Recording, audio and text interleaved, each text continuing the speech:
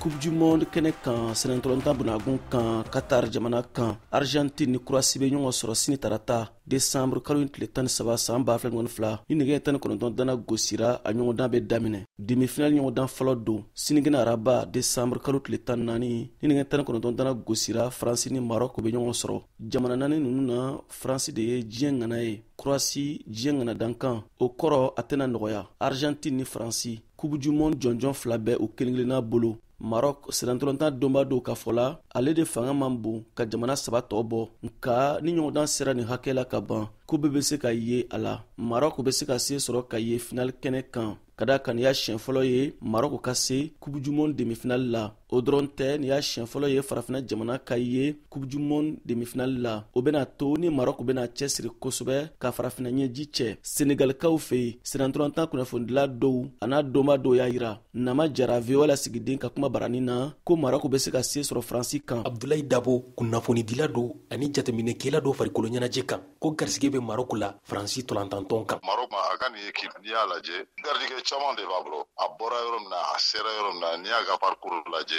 mɔgɔ min bɛ Espagne éliminer Faransi dun tɛ se Espagne la mɔgɔ min bɛ Portugal éliminer Faransi dun tɛ se Portugal ka se fo demi-finale la Papu Kanute fana kunnafonidila do farikolo ɲɛnajɛ kan ko jɛ ka tolantan min bɛ Maroc tolantannaw senkɔrɔ u jigi b'u kan ka se sɔrɔ Faransi kan demi-finale na araba nata parce que Maroc équipe min fanga mun b'a la c'est que équipe mun do solidarité bɛ ɲɔgɔn dɛmɛ bɛ bɛɛ bɛ jouer ɲɔgɔn ye ka entraîneur tulonkɛtu ka ko la u dalen b'u yɛrɛ la fana ni an man jigi da la ko Maroc bɛ se ka France fila bɔ Abdoulaye Dabo nana ka jira ko Maroc ye fɛrɛ minnu kɛ ka Espagne ni Portugal bugɔ n'u y'o kɛ demi-finale na u ni Faransi cɛ u bɛ se sɔrɔ ne kɛnɛ jigi dalen bɛ Maroc kan parce que